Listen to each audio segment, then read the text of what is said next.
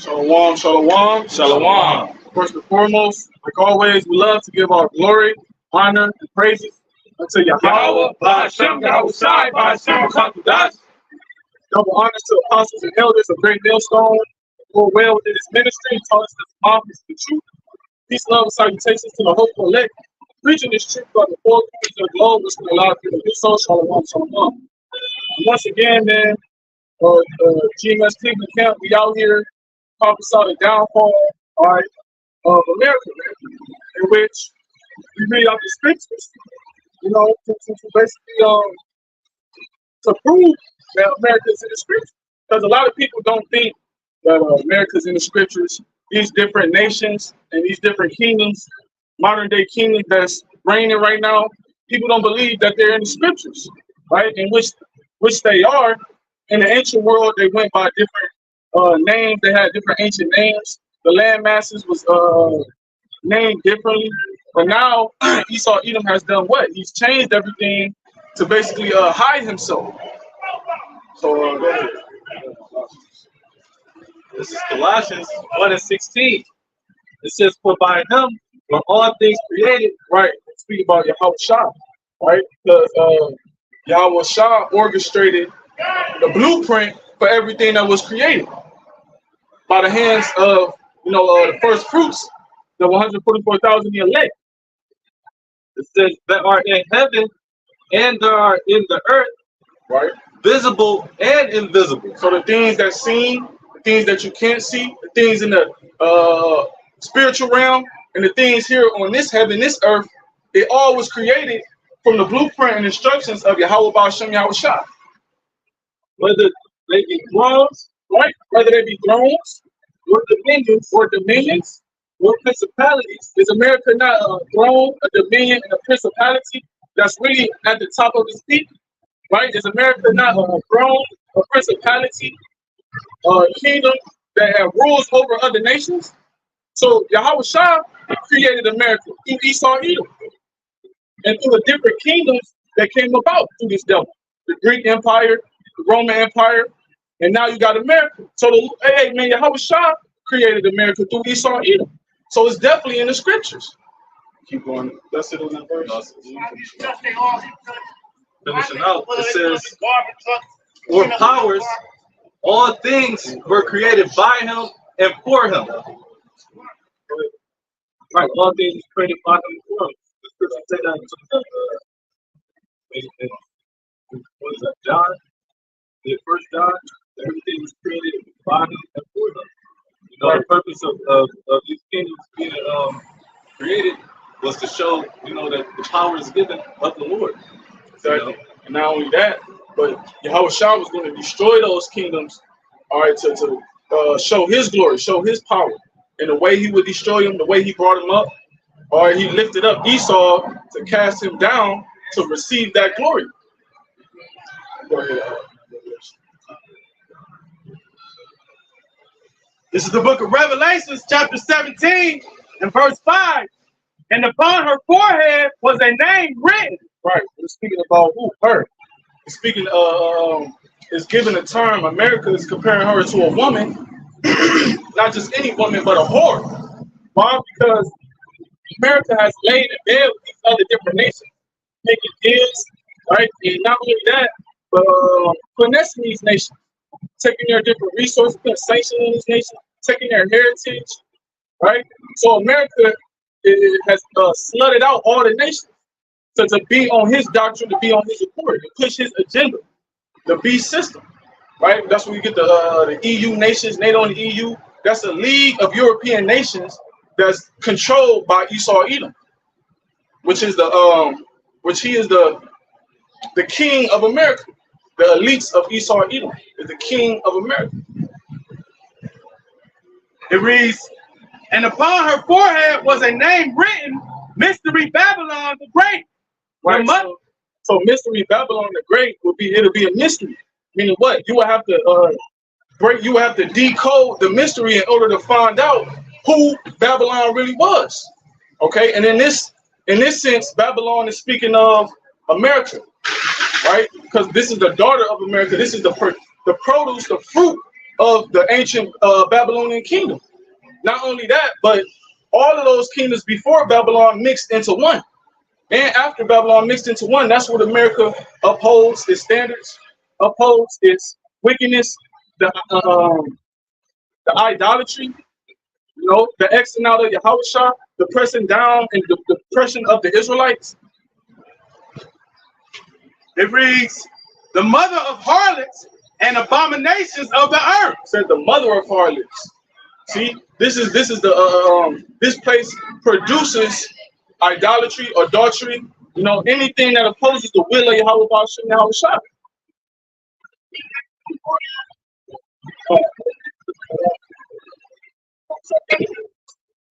This is the word for mystery in the blue letter is G3466. The Greek word is mysterion. It says a hidden thing, secret, a mystery. Generally, mysteries, religious secrets confided only to the initiated and not to ordinary mortals. See, it says only initial. Read that first. It says generally mysteries, religious secrets confided only to the initiated and not to ordinary mortals. And the scripture say what? He revealed his secrets into his servants, the prophets. So, America being Babylon is a mystery, and you have to decode it by way of the scriptures in order to break down the mystery, in order to find out the mystery. And he only gave that breakdown to his prophets, which is the reason why we're out here, to interpret the scriptures into you and let you know what's about to happen to this place, man. It's only opened up unto the initiated. And when you go to an initiate, the word in the etymology online, it says, of course, one who has been initiated, but it says instructed in secret knowledge. So those that will be instructed in the secret knowledge, that will be talking about the elect. And they're the only ones that's going to be able to decode the mysteries of the scriptures. Exactly. Because America stems from other kingdoms, as you just made mention, which the Roman Empire, right, being that the Roman Empire being that stronghold to really started with the Greek Empire, which is the beginning of the beast system, because that's where you got the Hellenization of the Jews, the Hellenization of the Israelites. So they will be what? Departed from their power. And they will be basically conform to the ways of the Grecian customs, conform to the ways of Esau, Edom, and his idols, right? And conform to the ways of the kingdoms that will lead after that, which is the Roman Empire. And the scriptures talk about how the Roman Empire was diverse from all the rest of the other kingdoms, man. This is the revised Roman Empire. This is the second leg. The second everything that was done back in Rome is being done back now, but at this time that's added to it is the fourth industrial revolution, which is this technology. All right, but this is Rome, aka Babylon, aka America. It's talked about in the scriptures.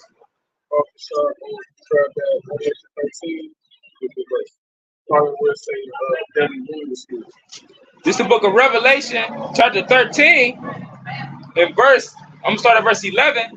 It says, and I beheld another beast coming up out of the earth, and he had two horns like a lamb, and he spake as a dragon.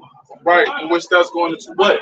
During the ancient Roman Empire, you had the plebeians and the patricians, right? In which the plebeians were the patricians were of a higher status, right? They will be your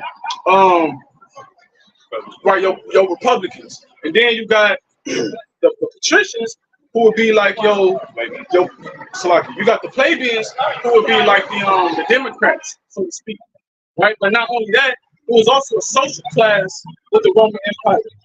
The patricians were at a lower class. The plebeians were at a lower class than the patricians, right? And now modern day America, you got what? Democrats, Republicans, which is of the same origin. They on the same doctrine, they on the same accord of the beast system, right? But it gives you that falsified, basically a falsified desire that the people have a freedom and a choice to pick who their leader is, man. When in actuality, it's already ordained within a circle of the elite Edomites, man. It's already ordained within the beast system who would be the next puppet leader so to speak.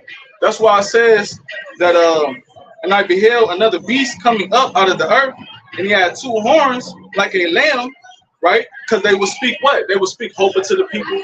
They would speak give all these different promises and things of that nature to basically give the people hope. And what ultimately was that to do? To get the people to submit, to get the people to basically be docile to what was really going on. Was the whole point of bread and circus, right? And get the people to submit under the rulership that Esau Edom was setting up, man. Yeah. Right, they say spake as a dragon, because scripture talk about his words be smooth as butter, but a sword be drawn. If I'm quoting that right, Salaki, if I butchered it, but a sword was the water. A sword was in his heart. So at the end of the day, Esau Edom, he has plots and devices that's basically not going to benefit the people. All right, it's basically draconian, right? Which we got draconian laws, which is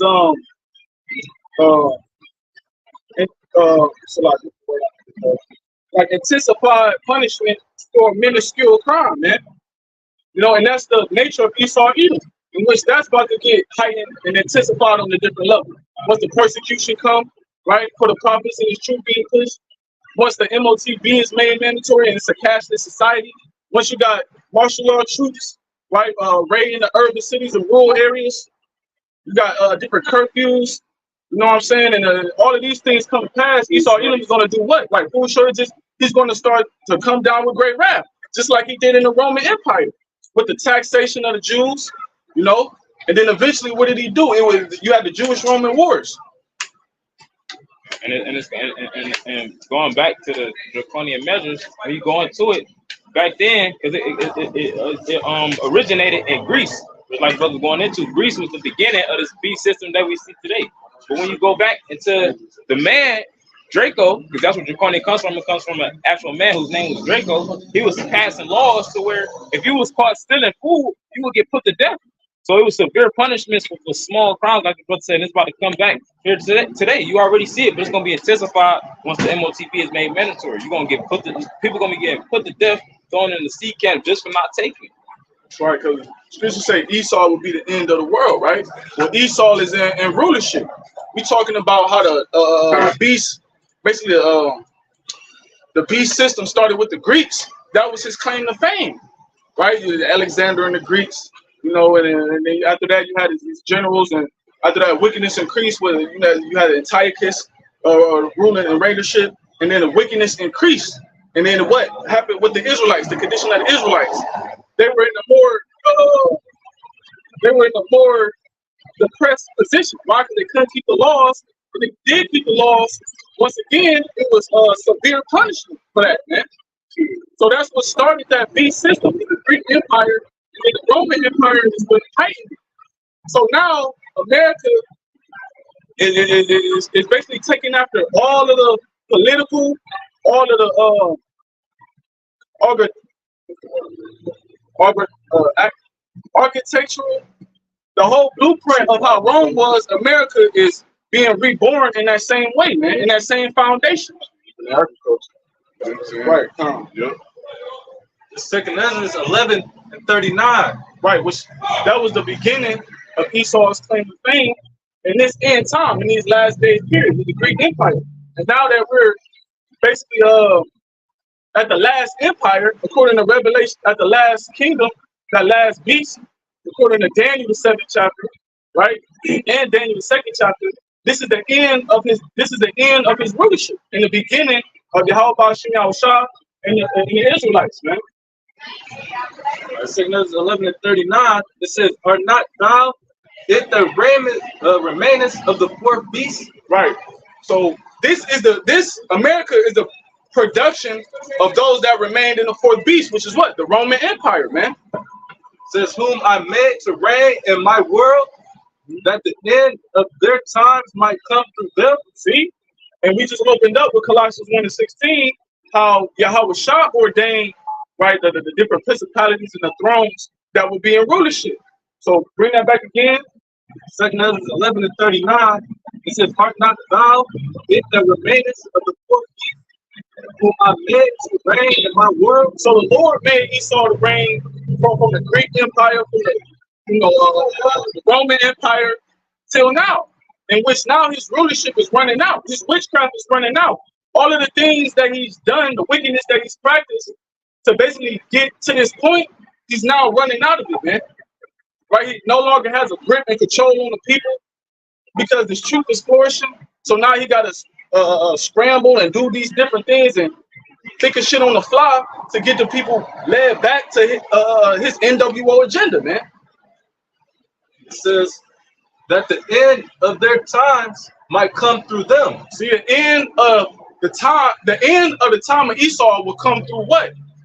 The Roman Empire, right? Because that was the beginning of it. So then what would happen after that? That deadly one will be healed, which is America. And now this is the end of Esau's rulership. America is the end of Esau's rulership, man. Especially now that we've been woken up. We talk about Revelation 11th chapter, right? How we was those 350 years, 3.5 days, right? How we were basically with the time period where Esau had his foot on our necks during the time of all the way from 1619 to roughly 1970 when the truth came back into the earth. So when the truth came back into the earth, really starting with Yahawashi, when Yahawashi came on the scene, that was the end, right, of that was the beginning of the last days, in which Yahawashi came in what? The Roman Empire. So that's why I'm saying it here. Bring that back one more time, Yahawashi. Second Ezra 11:39, it says, "Are not thou it that remainest of the fourth beast, whom I made to reign in my world, that the end of their times might come to them?" Right. That's why he said that the end of their times will come through them. Because when Yahawashi came on the scene, that was the Roman Empire, and that was the beginning of the last days. So how much more for now? You got the prophets are flourishing, faith flourishing, the truth and the doctrine is flourishing within our captivity, America, man. Which most of the Israelites are held captive here in America, man. That's a fulfillment of Jeremiah chapter 50, verse 33, where it says Judah and Israel were oppressed together. Because Jeremiah, he was around during the Neo-Babylonian Empire. So if you have an understanding of your history, you will know that just the southern kingdom was in the land at that time, the kingdom of Judah. So how was Judah and Israel oppressed together? That was a future prophecy which would take place in the later Babylon the Great, which is America. Reading on, it says, 2 Ezra 11:40, it says, "And the fourth came and overcame all the beasts that were past." See, that fourth beast speaking about once again the Roman Empire. It came into power, and what did they do? They subdued basically all the nations that was around them in that time period, man. Why? Because they had, let's talk about the power that they had, right? The different strength that they had in their military, comparing them into iron, which iron is a cheap metal. All right, you got gold, silver, and all those different metals that's more precious than iron, but iron is the most strongest. So the Roman Empire, it was a different standard being set once they came into power, because not only was the political system different, but they also took the military tactics of these other nations, right? The Assyrians, because when the Assyrians was in power, they was known for their strong military and the different tactics that they used, the different methods that they used to conquer and subdue their enemies, man. So Rome, they took a piece of every kingdom before them and applied it to their military. So that's why they became so strong. Not only that, but we're gonna go into it. They accepted basically anybody in their army if they converted to being a Roman citizen. Man. And if you didn't, they would roll on your ass. Well, actually, no. This is the book of Daniel, chapter 7 and verse 7. After this, I saw in the night vision, and behold, a fourth beast. And this is Daniel having what? A revelation of things that empires that will be in rulership after his time period, man. After this captivity which he was in. Dreadful and terrible and strong exceedingly. Right? Speaking about the Roman Empire once again. And then when you read in Revelation 11, it talks about the 12 feathers, right? Which those 12 Caesars, so like the second Ezra 11, speak about the 12 Caesars, which those 12 feathers that basically, those was the heads or the Edomites that the Lord used to give Rome his power, man. It reads, and it had great iron teeth. It devoured and brake in pieces and stamped the residue with the feet of it. And it was diverse from all the beasts that were before it. Right, it said it had great teeth like iron. If you know, the teeth is symbolic of power. So the power of the Roman Empire was likened unto iron. Once again, iron is a very strong metal, man. It's very impenetrable. It's very hard to break, but it's very cheap as well. First Maccabees 8 chapter. This first Maccabees chapter 8, verse 1. It says, now Judas had heard of the Romans. Right, so this Maccabees is during the time of, Hasmonean dynasty. It says that they were mighty and valiant men. Right, so this is when Rome is starting to get famous, right?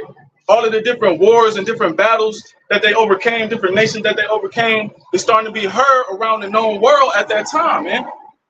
It says the such as would lovingly accept all that joined themselves into them. So that's what made the military great. They had a vast number of men within their military. Not only that, but they had a conglomerate of different nations within their military, man. They said, yeah, go ahead. Nah, because even going back to that point where you made about the 12 seasons, I forget exactly which one, but it was a couple of Jacobs that was ruling. I think one or two, or maybe even more of those seasons, but a couple of them was Jacobs when you go into well, that's going into the Holy Roman Empire. After the Roman Empire, the ancient Roman Empire had failed. Right. But even before the holy, what they call the Holy Roman Empire, which started with Constantine the Great, you had Jake's ruling. Beginning with Nerva after Domitian, that's when he was a so-called, Negro. Mm-hmm. So again, guess what? Jake see they life, Jake see they kind, make them join into that. And with they say Jake's in the military. Yep, that's right. That's right. Yep. It says such as lovingly would lovingly accept all that join themselves with them to make a league of enmity with all that came of sympathy. Is America not the same way? Is that not why you have a UN conglomerate with the United Nations, which literally are different nations united together and under Esau's military? Yeah, that's true. Because you see that, you see James, you see Ammonites, you see all different type of nations within Esau military, but you don't see the same thing with these other countries. You don't see Jake and all these other nations mingled in they military. It's literally just their citizens. It says, and that they were men of great valor. It was told him also of their wars and noble acts which they had done among the Galatians, and how they had conquered them and brought them under tribute. Right. So that's what they would do, man. Yeah. They would anybody who was willing to join their military, they would have open arms toward them, man. And not only that, any nation who they conquered, they will become vassal states, right? Which would be tributary unto the Roman Empire, which they would let you have let you serve your own gods, have your land, do what you do in your land, but you were still under the jurisdiction of the Roman Empire, man. And you had to pay tribute unto them, which is what? Taxes. Jump to like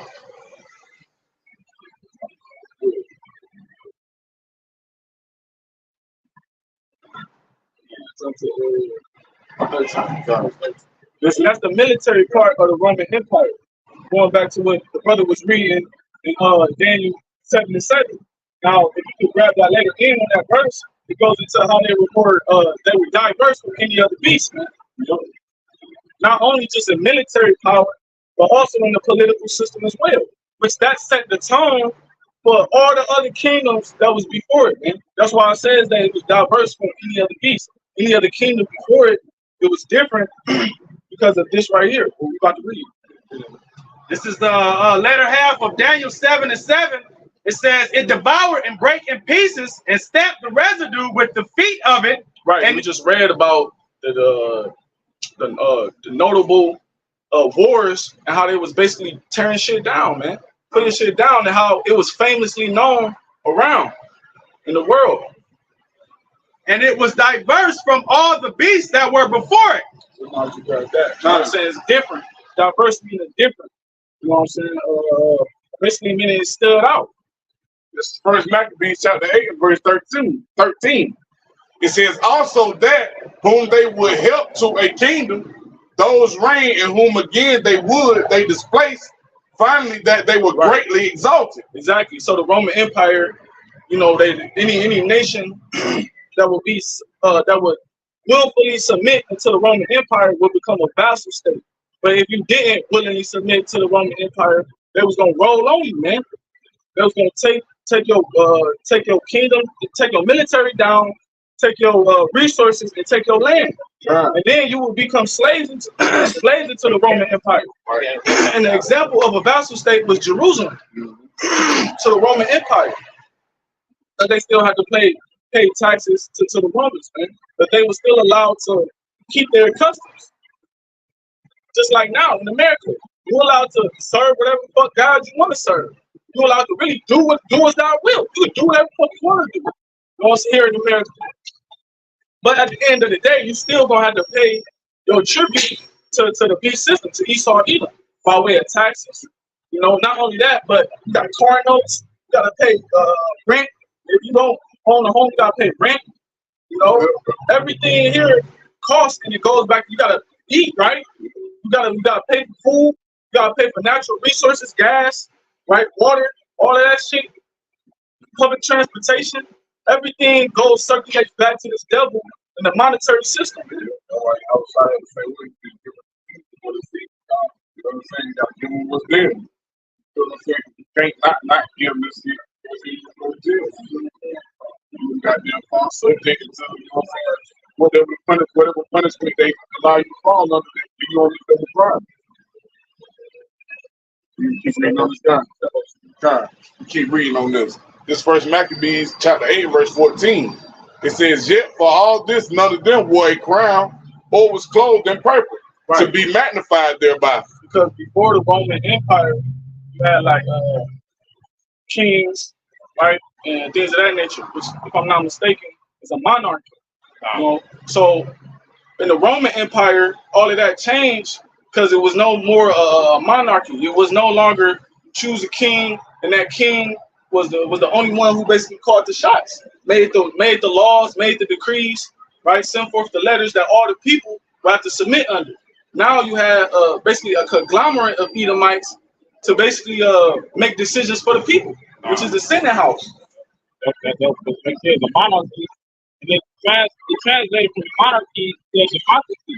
But basically, when you break down the word democracy, it basically means pertaining to the people, you know, pertaining to the rule of the people. So they had the Senate House with people who casting their votes on the Caesar and things like that to make it seem like the people had a say so. It's the same thing now. That's why you got the Democrats and Republicans, but they make it seem like the people got a voice. And in all actuality, they don't. It's a dictatorship. You know what I'm saying? That's what it is. Like that's what it is.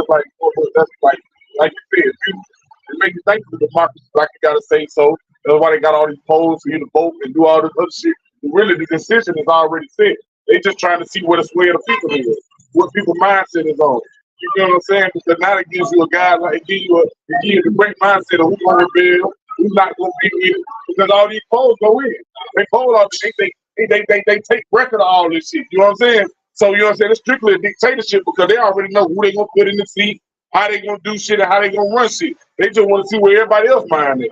And it's not exactly a dictatorship, but it kind of is if you consider the elites. Yeah, that's right. That's right. But it's gonna be a dictatorship soon to come when when MOTP is made mandatory. Because underneath the dictatorship, that means if somebody that's the person that's at the top, whatever they say goes. Then and there, that's what a dictatorship is. Says First Maccabees 8 and 15. It says, moreover, how they had made for themselves a city. Read verse 14 again. This First Maccabees 8 and 14. It says, yet for all this, none of them wore a crown oversold in purple. It says to be magnified thereby. And you wearing the crown, you being clothed in purple, like Brother said, that's a representation of you being the king. And the kings prior to the Roman Empire was determined according to the lineage. Okay, another word for that is the posterity. So if the king had a son, most likely his firstborn son, he would be next to wear the crown and put on the purple, and so on and so forth. Once the Romans came into power, they did away with that whole system. That's what made them diverse from the rest of the beasts, the rest of the empires before them. Yep. It says, moreover, how they had made for themselves a senate house, wherein 320 men sat in council daily, consulting always for the people, to the end that might be well ordered, that they might be well ordered. Right. So the Roman Empire, they set up basically, chosen Edomites, okay, who was basically more than likely politicians. Yep. Okay, and they would basically come up and discuss the different how to control the people, basically. Yep. Different laws to put in place, different restrictions and things of that nature, which America follows in that same stead. Yep. Like you said, like you said, they issuing out the order. He said that the people may be well ordered. You know what I'm saying? So they issuing out the order on how things are gonna run in society. Right, which is the order of what? Rome. Yep. That's what Esau considers to be well ordered. The order of Rome, following after the deities of Rome, following after the customs of the Roman Empire, man, to make yourself joint with his empire so that he can have full control over it. Because that way, he has no threat. There's no threat to pose against his kingdom, and he can continue to rule, man.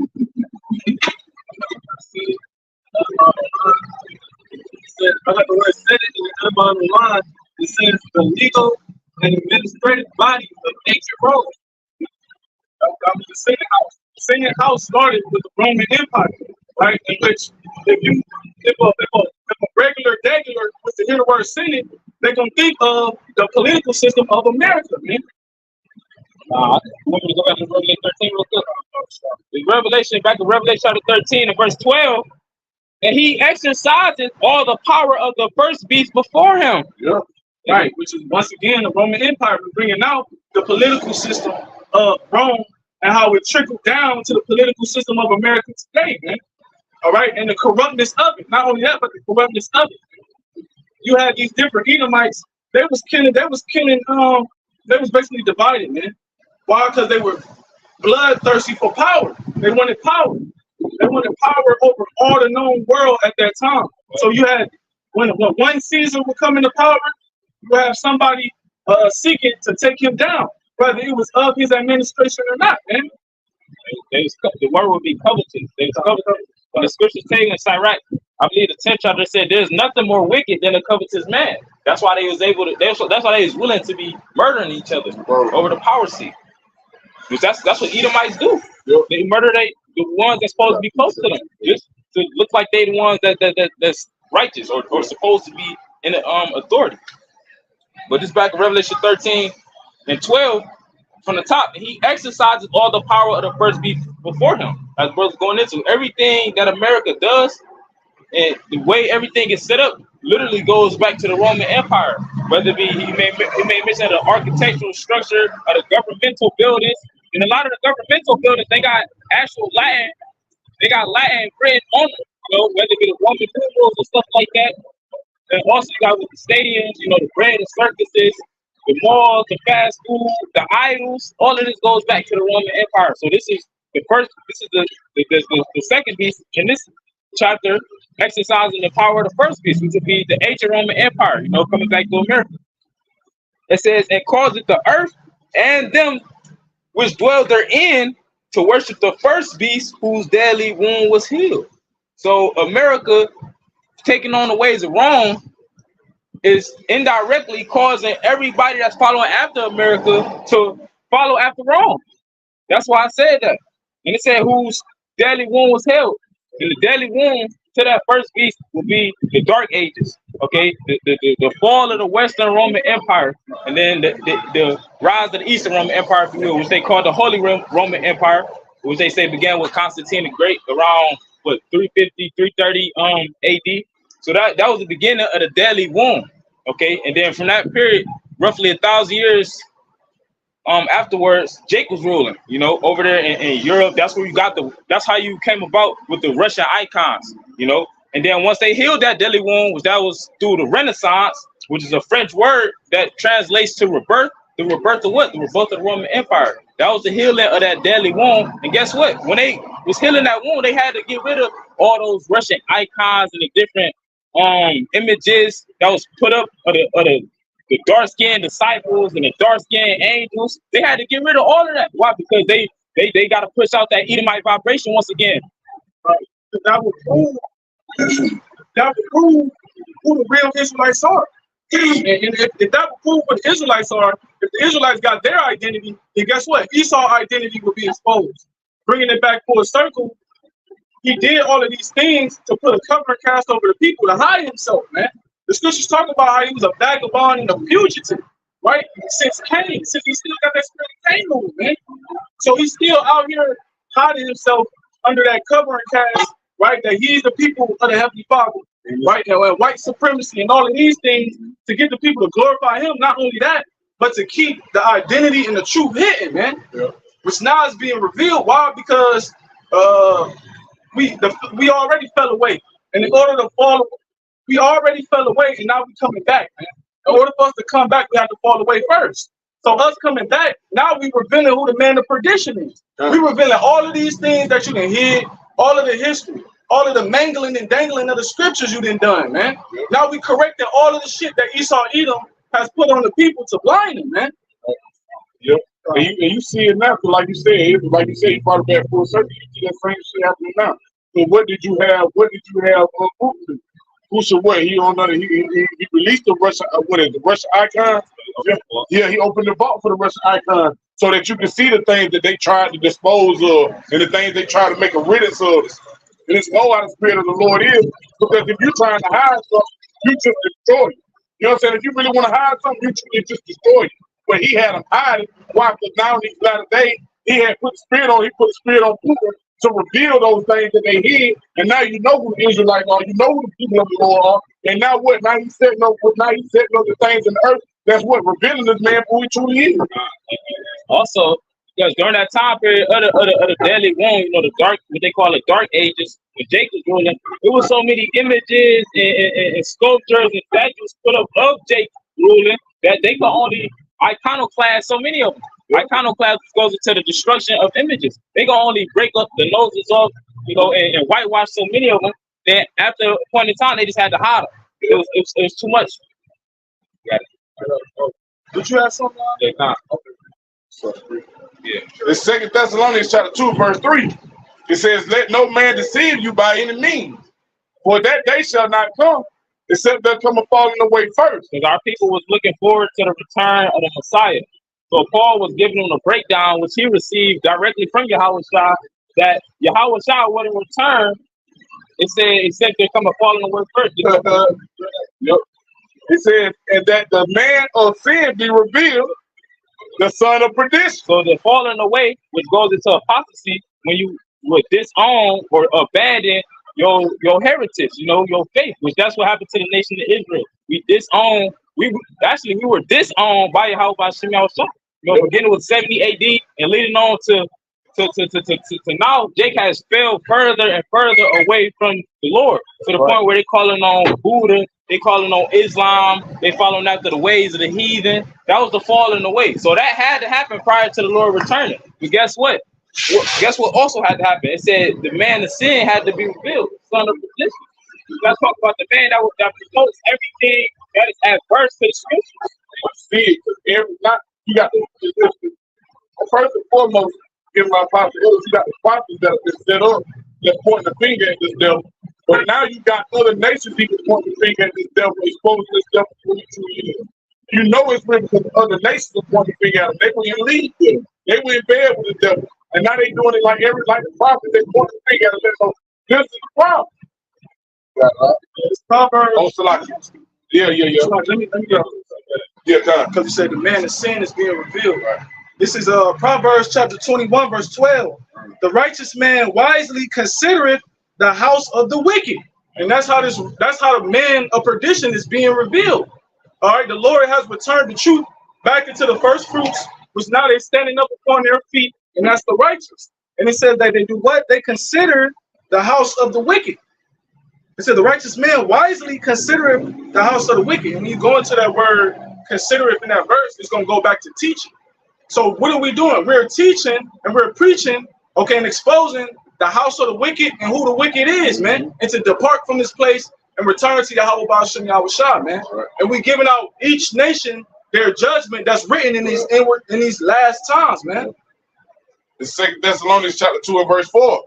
It says, who oppose him and exalted himself above.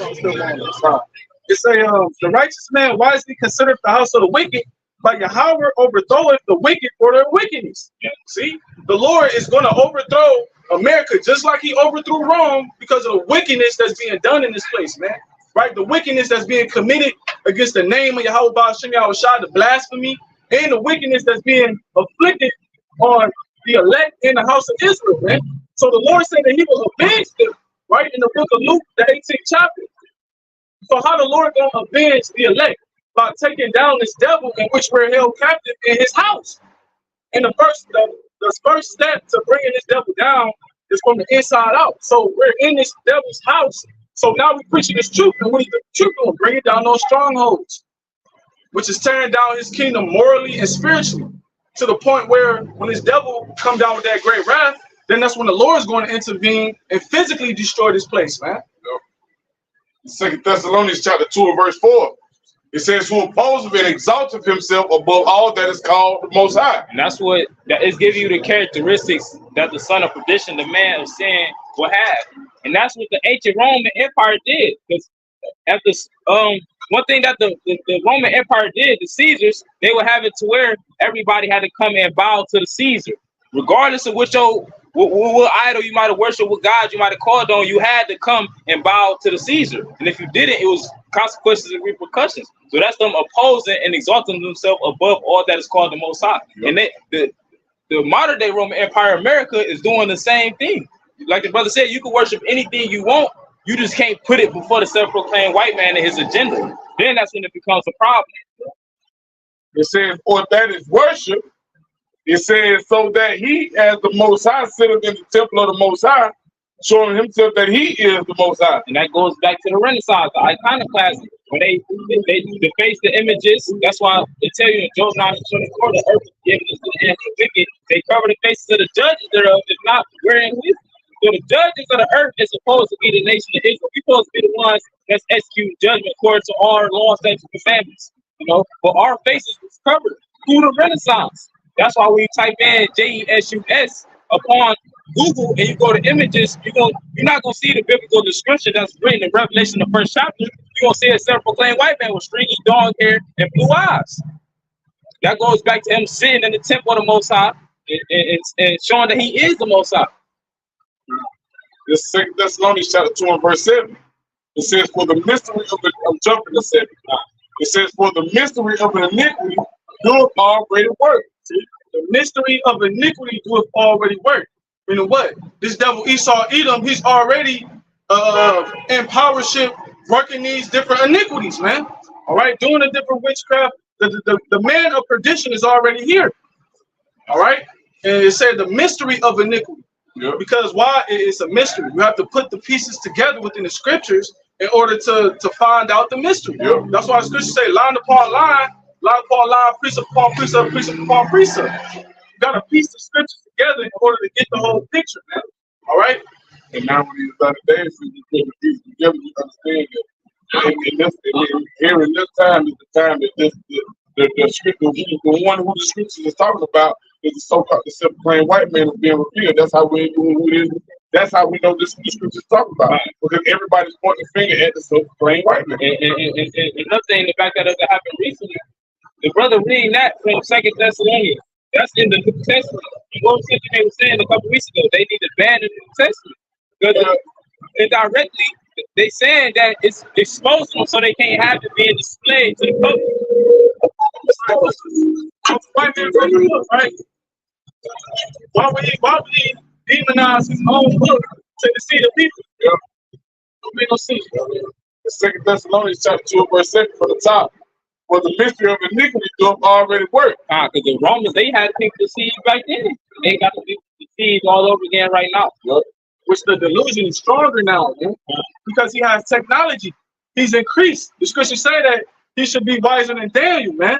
The Lord increased this devil from a garden snake, literally a garden snake, right? Which a garden snake is harmless. Even if a garden snake bites you, you're going to be all right. So the Lord increased this nigga from a garden snake to a dragon to a beast, man. So this nigga got the power. But the point of increasing him so greatly that his downfall will be even greater, and that downfall will glorify Yahawashi, man. Yeah, like the saying goes, the bigger they are, the harder they fall. Right. It says, only he who now let him and who let them do this. Yahawashi now was shy. It says, only he who now let him will let until he be taken out of the way. Right. And that's what go ahead. That's what the Lord come to do when he come to take this motherfucker out of the way. The scriptures talk about how the physician comes to cut off the along the scene. This motherfucker's a cancer to the earth. Yeah, we just read how the Lord was going to overthrow the wicked for their wickedness. America's being exposed for a whole bunch of shit. And their wickedness that travels and date back really further than this, but I'm just keeping it brief, the 1800s, man. All of the different atrocities, the racism, right? The different deceits, okay? The different loops and holes around the political system, right? And the unrighteous decrees being made. It's all being exposed, man, through this devil's own internet, through his own technology. These different social media platforms where motherfuckers taking heed to the prophets, not giving them the credit, not giving the apostles their credit, but they going out saying the same thing our apostles were saying years ago, man. Talking about the MOTV type of technology, right? I'm talking about, how this place is wrong all over again. Basically just saying, taking the words directly out the prophet's mouth and exposing this devil through these social media platforms. So it's already out here, man. The Lord is taking you out spiritually and morally, but very soon here it's gonna get physical, man. And it's all written in the scriptures. So whoever said America's not written in the scriptures doesn't have the Holy Spirit. Because if they had the Holy Spirit, they will be able to understand and remember all things. Keep going now. This is 2 Thessalonians chapter 2 and verse 8. It says, and then shall that wicked be revealed, whom the Lord shall consume with the spirit of his mouth. So once the Lord stopped letting them get away with his deceit, his trickery, then he will be revealed, and that's the time period we in. This represents the prophets being raised up represents the crashing of Esau Edom's power, and which is soon to be fulfilled when the Lord returns. It's about to say. Yep, and then like scripture say, he say, consume with the spirit of his mouth. Who's the Lord's mouthpiece? The prophets. Beginning with our apostle elders and the men that sit up and the men that entered into those labors. You know what I'm saying? So guess what? They're being consumed like the brother just quoted a while ago. Now they want to keep doing the New Testament. Because now, you know what I'm saying, take the pieces together, and you can prophesy this man downfall, and you're seeing this man fall. You know what I'm saying?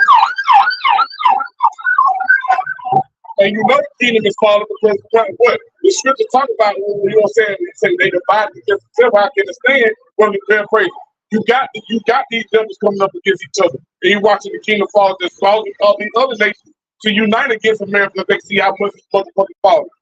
But it says, and with the spirit of his mouth that shall destroy with the brightness of his coming. It said, so the Lord is destroying this place through the prophets, man. Okay, and he's putting 100 on 10 by using the Edomites and their tongues falling upon themselves. So this place is being an overkill with the mouth of truth, man. This place is being suffocated with truth, man. And Esau Edom, he can't reroute it back to his deceitment and his wickedness because the truth is already out here. When the truth is already out there, you can spot the truth that was in the lies and the lies that you try to mix together, man. It won't mix. It says, even him who's coming is after the working of Satan. And that's speaking about who? Once again, Esau Edom. His work is after the coming of Satan because it was already ordained when he was king that his desire would be towards sin, and sin would lieth at the door. So with that being said, his motive is to transgress the laws of Yahawah bahasham Yahawashi. So when you get this devil a platform in the kingdom and nations that he could use and manipulate so he could stay in rulership, what is he going to do? He's going to exercise his right to transgress the law of the Most High. Not only that, but he's going to get the people on board with it, man. And that's a production of what you see today. It says, with all power and signs and lying wonders. Right, and going back in that Revelation 13, it talks about how the kingdom are. It talks about how he caused fire to rain down from heaven. Grab that, Brother Shah.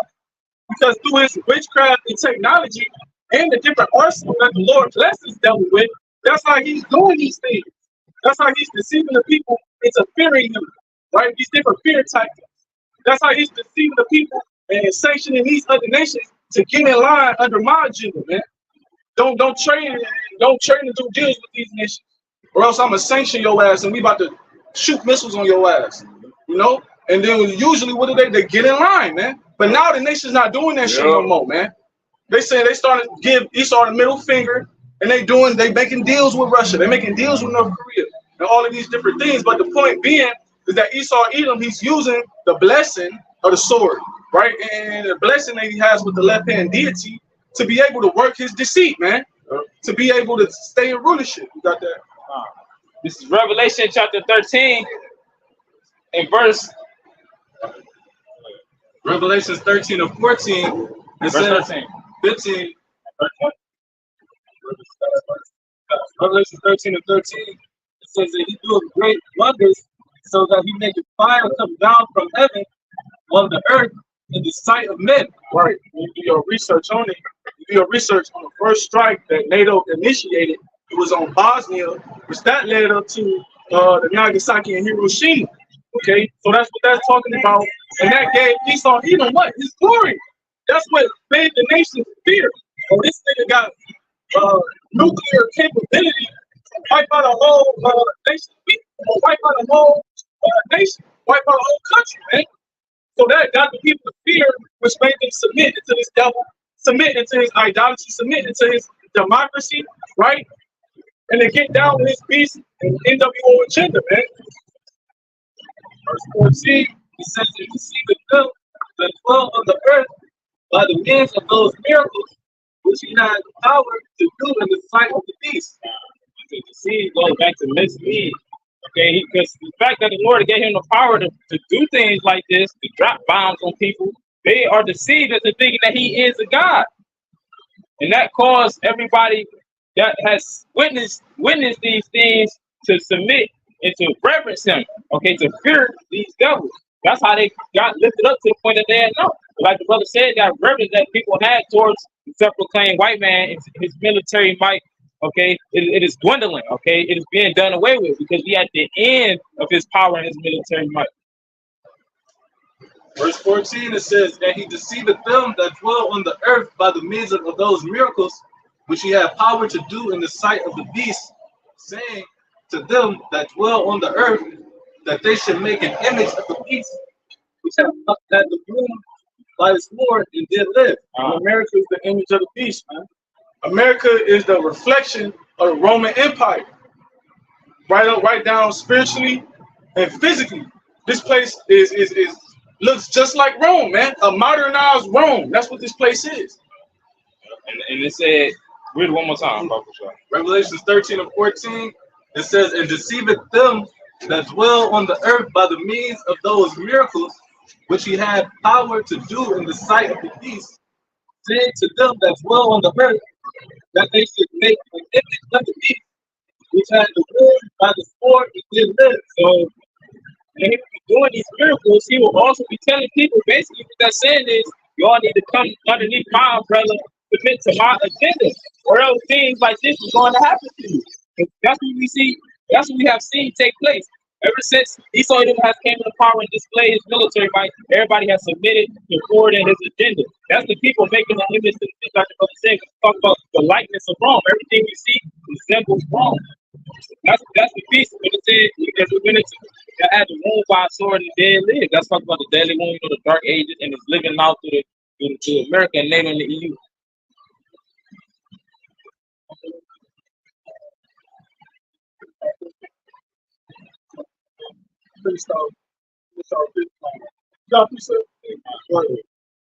This is the book of Isaiah, chapter 25, and verse 7. It says, "And he will destroy in this mountain," a mountain represents a government, you know, or a kingdom. And of course, it's scriptures, depending on the context, a hill represents a smaller kingdom or a smaller government. So this is speaking of a particular kingdom, a particular government. Which it will be talking about America. We're about to read Isaiah 25 and 7, "And he will destroy in this mountain the face of the covering cast over all people, and the veil that is spread over all nations. And the veil is a covering that you will put over your face to hide your identity. So who put the veil over the people to hide their identity? The self-proclaimed white man. Here it is. The so-called Jewish people over there in the land today, the only people, let them tell it, on the planet Earth that descend from people that are in the Bible. That's a part of the veil. Okay, so where the hell did the Chinese come from? Where the hell did the Japanese? Where did the Arabs? But that goes back to that veil. But now that veil, the Lord said He's gonna destroy that veil. The covering that He put to hide people's identity, it will be done away with through the mouth of the prophets. That's what we witnessing. I got this what you brought out. This Job chapter 24. Job chapter 24.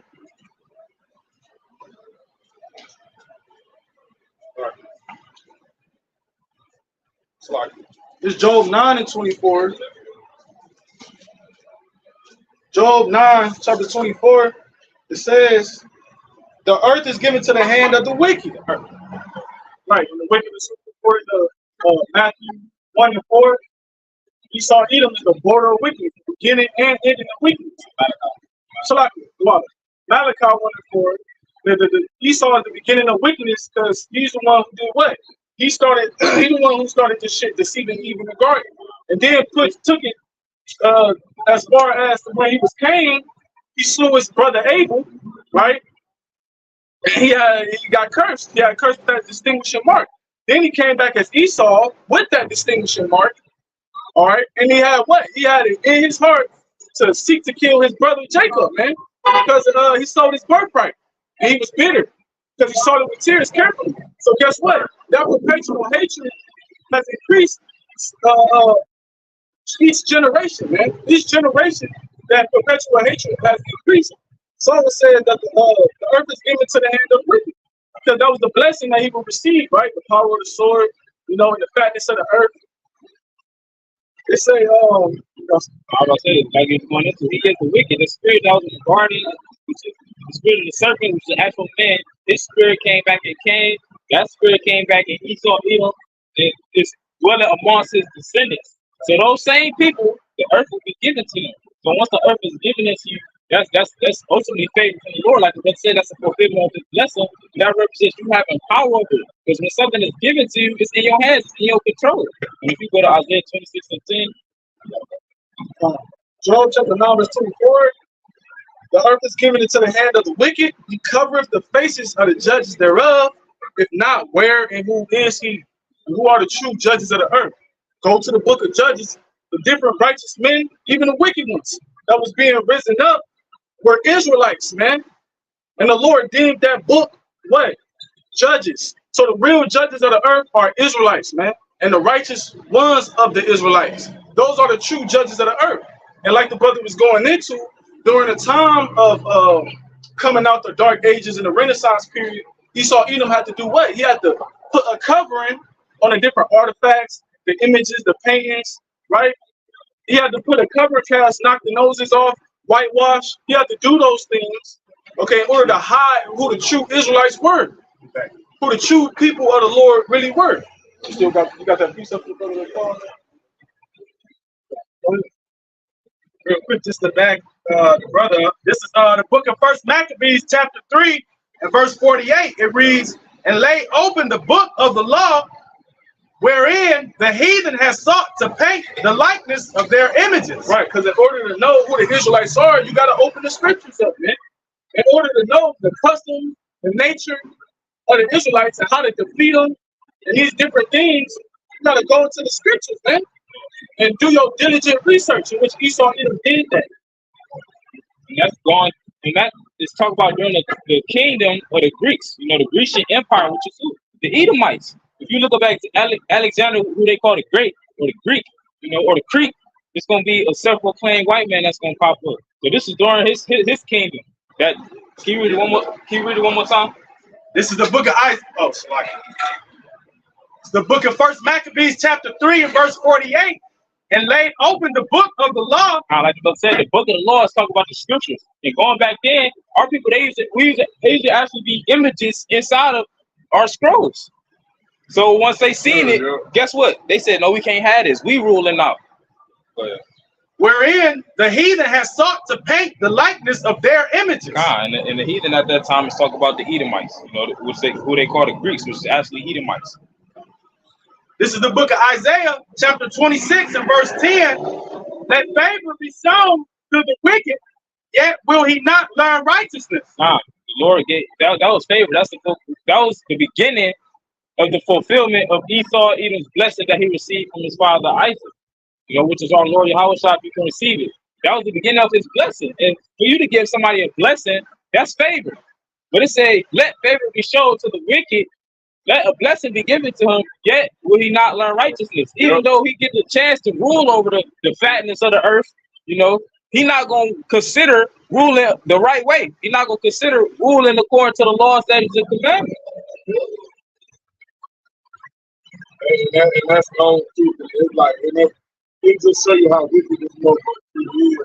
Because the fact that they laid open this book and sought to paint the likeness of their image, you know what I'm saying, to win and deceive Jake so much that Jake fell away from that white man wrote this book. You know what I'm saying? But yet his false documented in this book. But yet, even though he sought to do all everything with the scripture and make it like it was his, or like the most high before him, everything that this devil do is clean contrary to everything that you read in the scripture. Showing you that the man says is showing you that this nigga is the wicked. Somebody hold Psalm 50. Finishing out Isaiah 26 and 10, it says, in the land of uprightness will he deal unjustly. In the land of uprightness is talking about the land of Israel. That's where the law, statutes, commandments is supposed to flow forward from. Okay, that's supposed to be the headquarters of the planet Earth. It's supposed to be issuing out righteousness, the law, statutes, commandments of Yahawashi found written within the scriptures. But it said in that same land, he gonna deal unjustly. They be having mock parades, they be doing all type of abominable acts. Why? Because they are the wicked, and this is the time period for them to be revealed. Okay, this is the time period for that all of this evidence to be brought to Yahawashi, because the Lord is about to come back and execute judgment upon these devils for their wickedness forever. It says, and will not behold the majesty of the Lord, Yahawashi. And the majesty of the Lord is ultimately the fear of the Lord, but that's what calls you to apply the wisdom, knowledge, and understanding. But he's not going to behold that, because he's blocked from that. Going back to what the Lord told the serpent, he said, upon thy belly shalt thou go. And I was like, the dust of the earth, meaning they'll be at a lower state, they'll never come into the understanding of the truth. It's Proverbs chapter 21, verse 14. Therefore they say unto Yahawah, depart from us, for we desire not the knowledge of thy ways. So like Job chapter 21, verse 14. Therefore, I'll start at verse 7. This Job chapter 21, verse 7. This chapter right here also goes into the blessing of the wicked. And since they receive their blessing, it's going to tell you the type of mindset that they have towards things. Verse 7, it says, wherefore do the wicked live, become old, yea, are mighty in power. So Job is proposing the question, why is these devils, these niggas, because Esau Edom is the original nigga, why is these niggas in power? Why they got control over everything? Well, we just went into it. The Lord, he gave the earth into their hands. He showed favor unto them. That's the answer. It says, verse 8, their seed is established in their sight with them, and their offspring before their eyes. They don't have to worry about baby Brad getting gunned down and hit by a stray bullet. They don't have to worry about things that the true Israelites got to worry about underneath the curses. Yep, that's right. That's once exactly again, right. another blessing that was received of Cain. If anybody would do anything to him, vengeance would be taken for sevenfold upon him.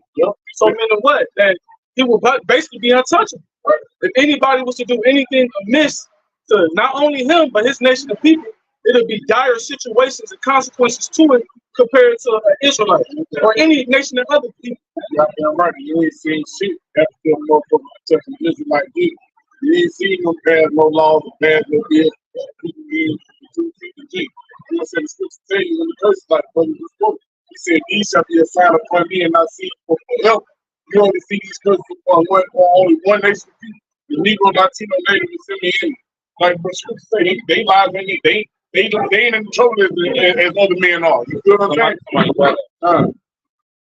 All right, continuing on in Job 21, verse 9, their houses are safe from fear, neither is the rod of Yahawah upon them. Said their houses are safe from fear. They live in gated communities. The ones that live in communities, because they be having acres. Talk about this scripture is talk about the least, not the average Edomite. It's talk about the least, those that's well off. They actually have generational wealth. They said their houses are safe from fear. They ain't gotta worry about no goddamn thieves breaking in. Jay can't even go. You can't even find where he lives.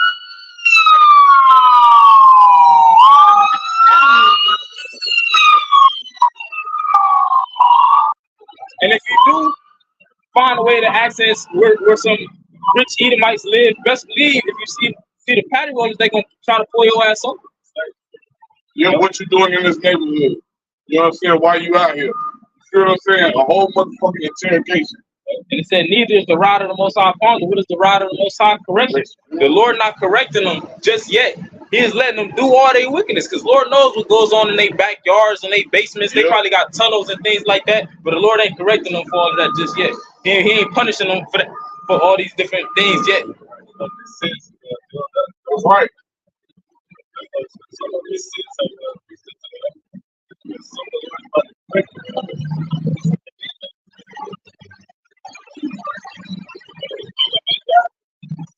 It's the book of Psalms, chapter 73 and verse 5.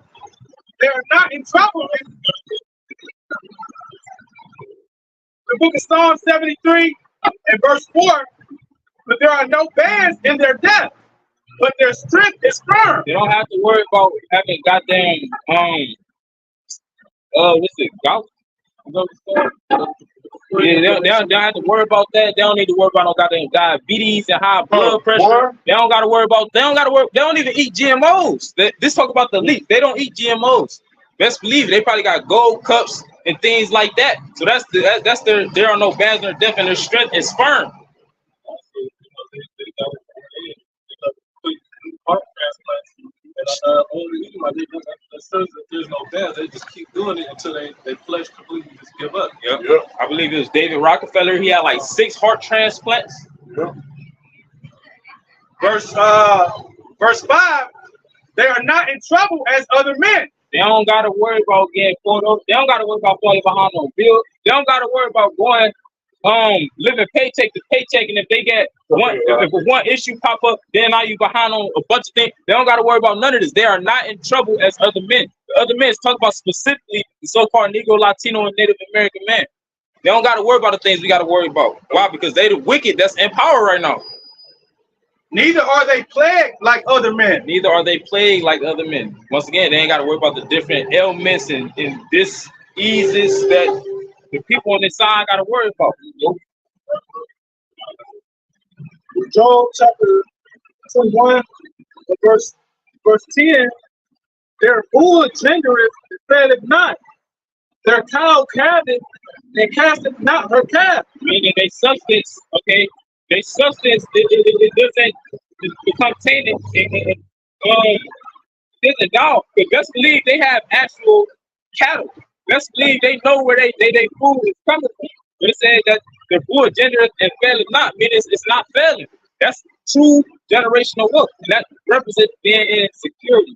You know, you ain't got to worry about it.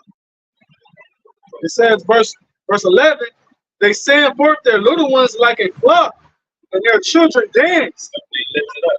That's what I was going to say in Lamentations, the 4th chapter. Rejoice and be glad. Rejoice and be glad, O daughter of Edom. You know, because this is the time period for the Edomites to be rejoicing. And best believe these elites, they are rejoicing. Or they was rejoicing. Now they got to deal with the fear of the Lord coming back because he raised up the prophets. It says, verse 12, take the timbrels and harp and rejoice at the sound of the organ. You see, that's them in that joyful state.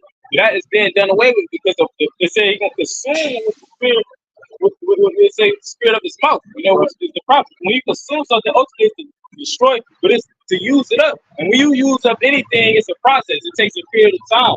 So through the process of time, their mirth is being done away with. Yeah, you got these different economists, right? The keepers of the house, they're starting to see how much debt America is really in. You know, not only how much debt that they in, but basically all the turmoil that America is about to get into in the near future. These economies, they already see this shit happening, man. You know, so therefore they in a mournful state. And you got most of them, they speaking out against the shit. They trying to warn the people, they trying to get the people ready. You know, they say verse 13, they spend their days in wealth, and then their moment go down to the grave. Woo! They spend their days in wealth. Yeah, these devils, they got it. You know, they got it. They got the power. They got the control. Everything Jake be desiring and dreaming about, and they may get not with barely a taste when these celebrities get crumbs off the master's table. The thing that they truly want to have, the least got it, and they spend their whole life experiencing it. It says, verse 14, therefore they say unto God. So since they got it, since they got the power, they got the resources, they ain't got to worry about their children getting locked up, getting gunned down. They got to worry about people breaking into their house. Yeah. Depart from us, for we desire not the knowledge of thy ways. We've been wicked this whole time. We didn't did hella rituals, hella witchcraft. We didn't raped, robbed, and murdered your people, because the people of the Most High is the so-called Negroes, Latinos, Native and Seminole Indians, the true Israelites. They done did all of this wickedness, but they still in power. They still ain't been correct. They still ain't been punished. So they said we desire not the knowledge of thy ways. They think if they don't need to say serve the Lord. That's basically the mindset of the wicked. They don't need to serve the Lord. If somebody can line up, I did the thing. We're gonna come get that. Verse 15 says, what is the Almighty that we should serve him? And what profit should we have if we pray unto him? That's the same spirit Esau had with the birthright. Okay, which that birthright was an inheritance, a righteous inheritance. That's why I didn't go into him, because it was a righteous inheritance, which was not Esau's lot. Okay, Esau's lot was to for his desire to be sin and dwell in wickedness. So therefore, anything righteous or anything of the Heavenly Father is not beneficial to this devil. The scriptures say that sorry, y'all got it. It would be beneficial, but he don't believe that he needs the benefits. It's Psalms 50, and this is verse 16. It says, but unto the wicked, the Most High said, this is the Lord speaking to the wicked, which at the time it was talking about wicked Israelites. But who is the wicked that has power now? Because wicked Jakes had power back then. Who is the wicked that got power now? The Edomites, as we've been going into. It says, but unto the wicked, the Most High said, what hast thou to declare my statutes? Or that thou shouldest take my covenant in thy mouth? Okay, mainly speaking to the Amalekites, which go by the Jew or the Jewish people today. Okay, because here it is, they declare to be the people of the Lord. Okay, they declare to be the people of the covenant, the sons of the covenant. Okay, the sons of Jacob. But yet they don't desire to actually do what the scriptures say. That's right. And even more so, they say the Bible is the law of the land, or I believe the book of the land here in America.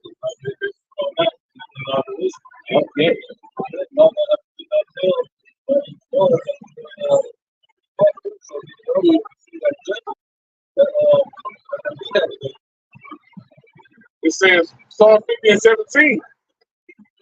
It says, see if thou hatest instruction and castest my words behind me. Why are you saying you the people of the Lord? Why are you declaring the Bible to be the book of this land? Why are you swearing all your presidents in on the scriptures, but you hate the instructions? You still got the spirit that was in Cain. It's the spirit of these devils today.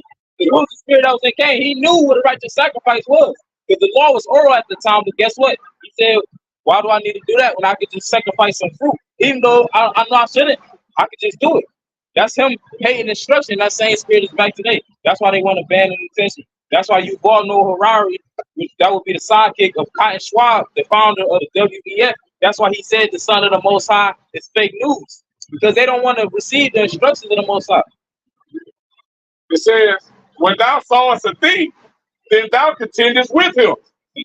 Consentest with him. And you was on one accord. Yep. When Jake asked, when anybody is going off, especially people of your own, when they going off, you supposed to rebuke their ass sharply, like the scriptures say, not to consent and be on one accord and applaud them, because that's what these devils do. when you go off, when you rapping about murdering your own people and selling drugs and things like that, they consent to that. Matter of fact, they sign you to a 360 deal and give you the money to keep on pushing that out.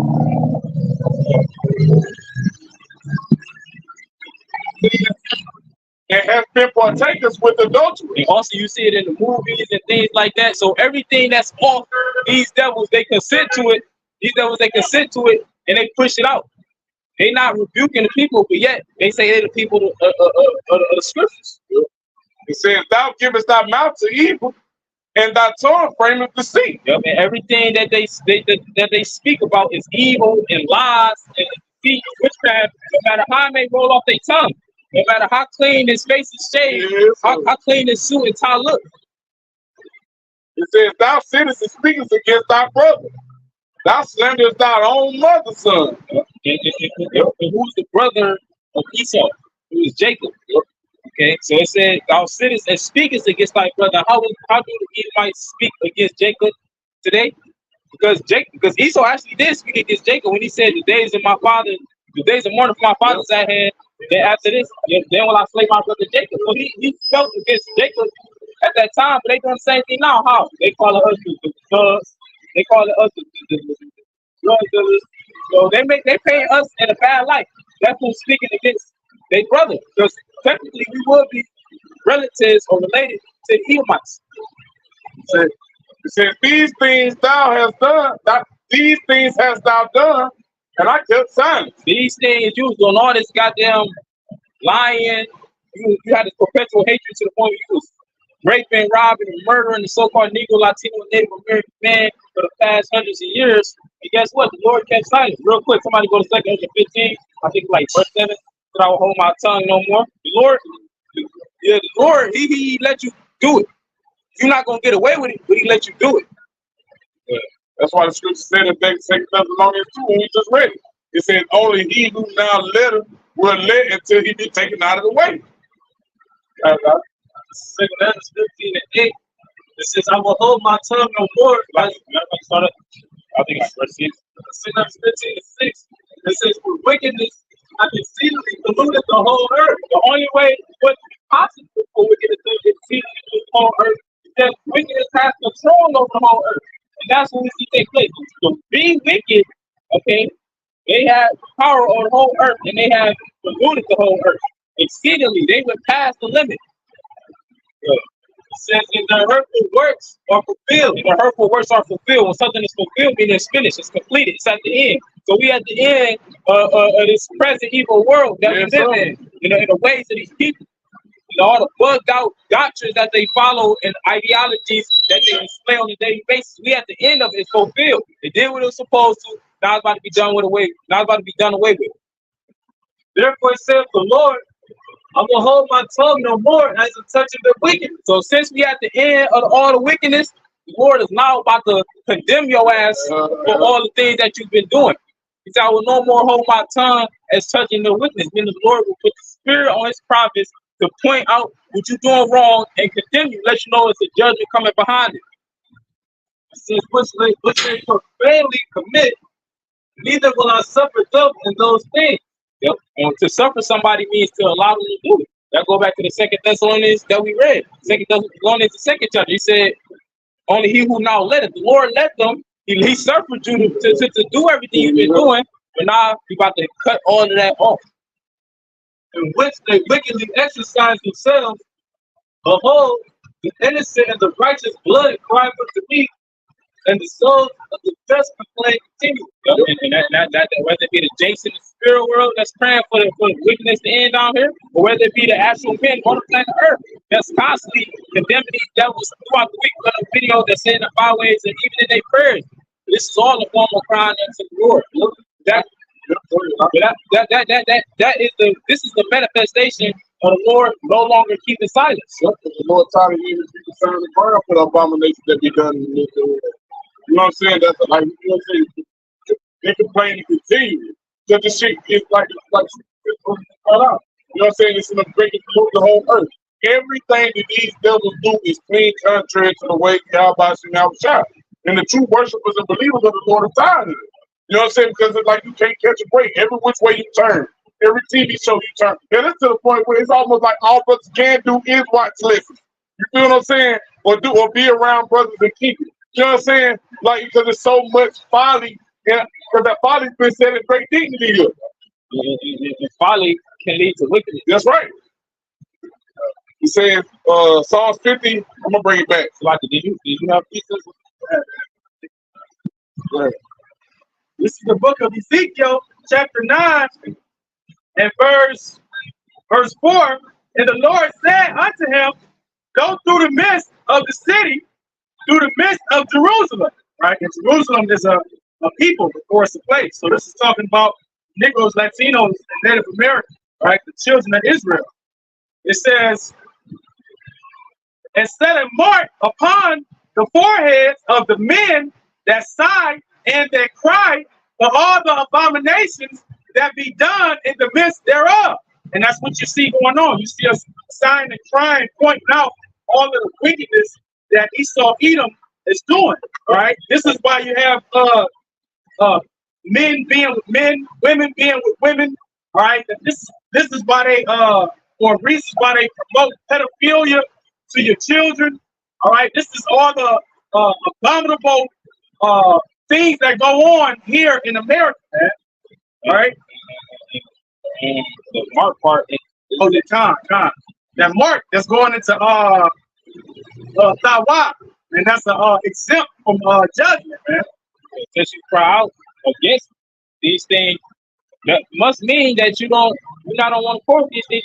You're not on one accord with these things. You're not consenting to it, so you're gonna cry out. And therefore, the Lord's gonna know you hate this place, and He's gonna more willing to deliver you from it. Verse 5, it says, and to the others, He said, in my hearing, to the other people, all right, basically the 2/3 of Israel. But actually, that's the Lord speaking to the angels. Okay, come. You got angels that in charge of sealing the elect, putting the Holy Spirit in the minds of the elect, if you will. And then you got other angels that you're about to read that's in charge of putting these wicked ass niggas out here to death. It says, and to the others he said, in my hearing, go ye after him through the city and smite. See, it said after him. So after the mark of exemption will be put upon those that sigh and cry, then that's when the angel will come through and bring the destruction. You read about that in Revelation, the 2nd chapter, the first verse. It says, and smite, let not your eyes spare, neither have ye pity. And that's just basically death, right? That's the Lord giving these spirits of vengeance power to kill the ones that He doesn't want, man. The ones who not seeking after Him, right? The ones who don't believe, all right? It says, neither have ye pity, right? Verse 6, it says, slay utterly, old and young, all right? Both maids, which is women, younger women, and little children and women. So when He said, neither have ye pity, the other word for pity, it could be mercy. Yeah, mercy. So the Lord telling the angels, don't have no mercy. And when you read in Sirach, the 39th chapter, it say they transgress not His commandments. So if the Lord telling them don't have no mercy, that's exactly what's going to do. They not going to have any mercy. That's why He listing out the different people that's put to death. Ezekiel 9 and 6, slay utterly, old and young. Old and young. It don't matter if it's your grandma, if it's an older Edomite, it don't matter if it's a baby, like the brother said. Both maids and little children. Maids and little children. It's no coincidence that you see these different people out here dropping dead on a daily basis, whether they get gunned down, whether they get stabbed to death, whether they losing they're being unalive in car accidents. That's a fulfillment of this scripture, which it happened back then, but it's happening again now. But the angels is in control of all of these different things. People getting shot, people catching diseases, people in car accidents, people in house fires. The angels in control of all of it. Matter of fact, go to that verse 39. It says, and little children and women, but come not near any man upon whom is the mark. Going back to that Tawa, which is the exemption from judgment, and begin at my sanctuary, which is the house of Israel. All right, you Negroes, Latinos, and Native Americans. Mainly those that know that they Israelites. sanctuary goes back to the holy place of the Lord. You know, with the holy place of the Lord will be the temple. Who those that will be inside the temple will be the priests. Those that will be teaching our people and things like that. So those that know that they Israelites, that's who the Lord is going to start this judgment with. We say that 1 Peter 4:17. It says, finish now. It says, then they began at the ancient men which were before the house. Yep, and the ancient men at that time would be those of the temple. You know, the priests, the elders, like the brother said, and those people, those spirits, they back here today. Those would be the ones of status. They was held in high regards back when we was in our land, back in the ancient times. So the men that may be held in high regards was going off, the Lord will eventually start judging them if they don't repent. Sirach 39 and 28. I think like 20 Verse 25. It says, for the good are good things. Sirach 39 and 28. It says, there be spirits that are created for vengeance, which in their fury lay on a sore stroke. In the time of destruction, they pour out their force. There are spirits that are created for vengeance. Vengeance goes back into basically paying back somebody for the wrong that they did. So, because everybody on the side, they are indebted to serve the Lord. So if you don't serve the Lord, it's a payment, it's a judgment that comes behind that. That's where the Lord comes in and brings his vengeance. So that's why he got these different spirits out here. Again, it says, Sirach 39 and 28, there be spirits that are created for vengeance, which in their fury lay on a sore stroke. They're on the sore stroke. Let's talk about the gruesome deaths, the gruesome judgments that you see taking place. You're going to continue to see taking place in a more intense way, more frequently. You're going to be seeing judgment right before your eyes in the near future. In the time of destruction, they pour out their force and appease the wrath of him that made them. It said in the time of this. Sirach 39:28, it says there be spirits that are created for vengeance, which in their fury lay on a sore stroke. In the time of destruction. In the time of destruction, meaning when it's time for the Lord to take the spirit from you. They pour out their force. They pour out their force. They show you what they made of, what the Lord created them for. And appease the wrath of him that made them. In other words, for appease is to satisfy. Because the Lord is angry right now. So the only way to satisfy that anger is for him to send these spirits that was created for vengeance. Verse 29, it says fire.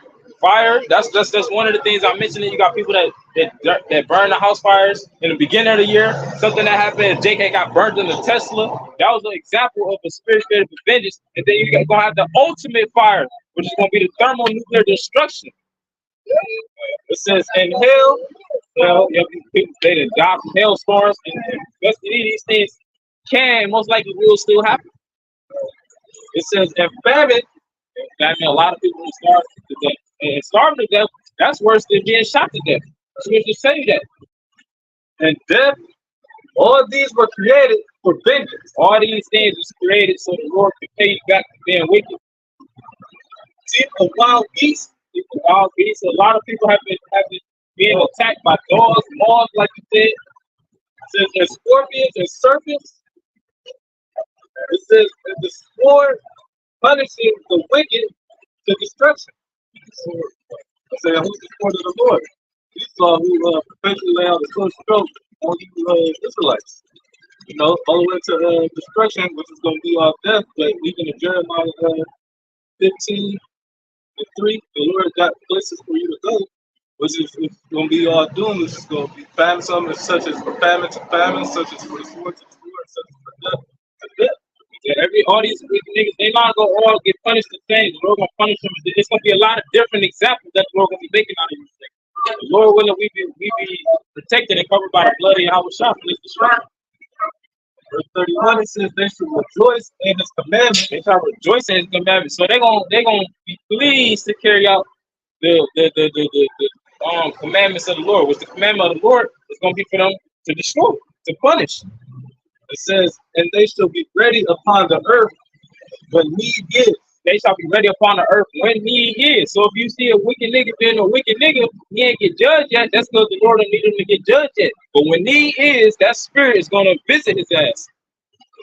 But when the time is come, they cannot transgress his word. When the time is coming, they not gonna be shying away, hesitating. No, Lord, I don't want to do that. Why you gotta do him like that? No, they're not gonna be on none of that. It said they shall not transgress his word, but rather they're gonna be rejoicing. I've been waiting for you to give me that green light so I can go get that nigga.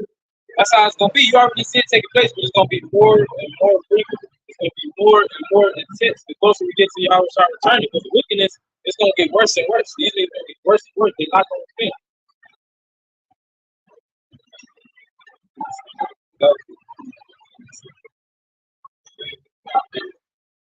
This is the book of 2 Chronicles, chapter 15 and verse 12.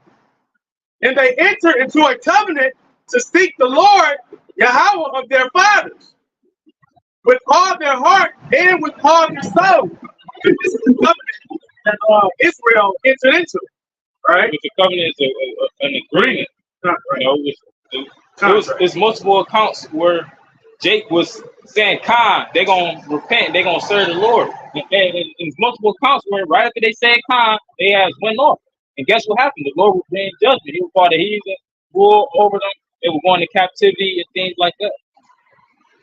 Verse 13, that whosoever would not seek the Lord, Yahawah, bahasham, Yahawashi of Israel, should be put to death. And that's ultimately what our whole nation has agreed to. Contrary to popular belief, if you don't want to serve the God of Abraham, Isaac, and Jacob in sincerity and truth, in spirit and in truth, then eventually you're going to be put to death. And our people, they made that agreement and they don't even know it. But we're here to tell them that they made that agreement. And if they don't want to uphold their side of the bargain, they're going to get judged accordingly. Scripture say in Amos, all of the sinners of my people shall die by the sword. All right, finishing out, it says, should be put to death, whether small or great, whether man or woman.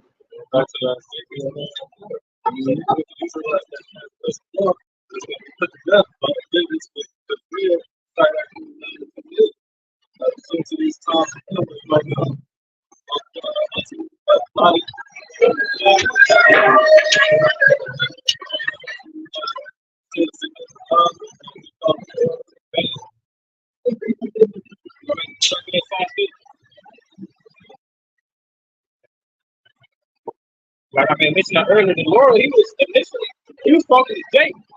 Like we was going into, it was times where Jake, they would say Khan, and they ask to go off. And the Lord might not get their ass right away. He might hold his silence. Okay, but that is applying to Esau, Edom, in the whole, you know, ultimately right now, because he's the one in power. He's been doing wickedness, and that wickedness has trickled down to our people.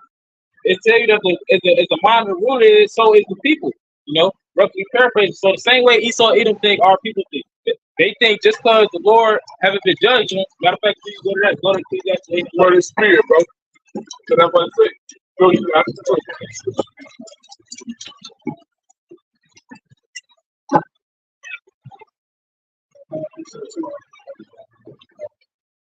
the Ecclesiastes chapter 8, verse 11.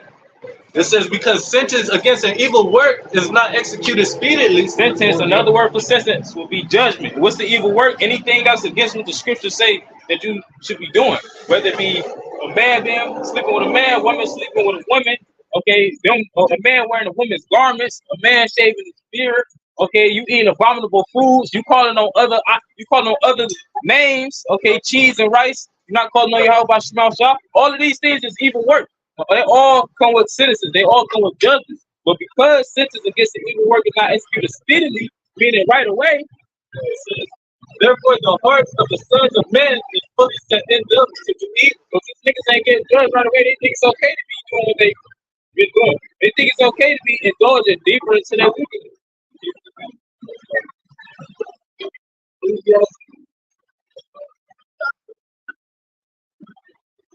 8 and 12, it says, though a sinner do evil 100 times, and his days be prolonged, yet surely I know that it shall be well with them that fear Yahawah, which fear before him. Say it shall be well, meaning it's gonna play out good for those that fear the Lord. Because those that fear the Lord, they're gonna seek that which is well pleasing unto him. Like I tell you in Sirach, the 2nd chapter.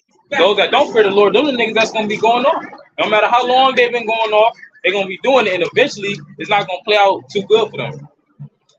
Verse 13, it says, "But it shall not be well with the wicked, neither shall he prolong his days, which are as a shadow, because he feareth not before Yahweh." Yep.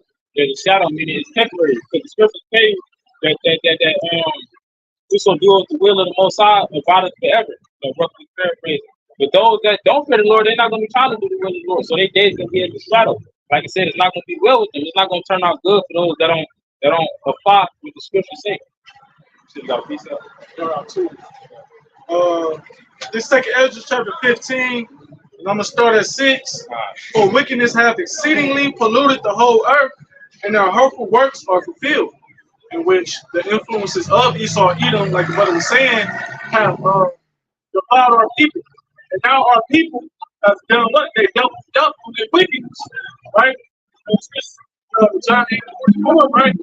But then our people have taken it out further with their wickedness, man, where they exceed the deeds of the wicked.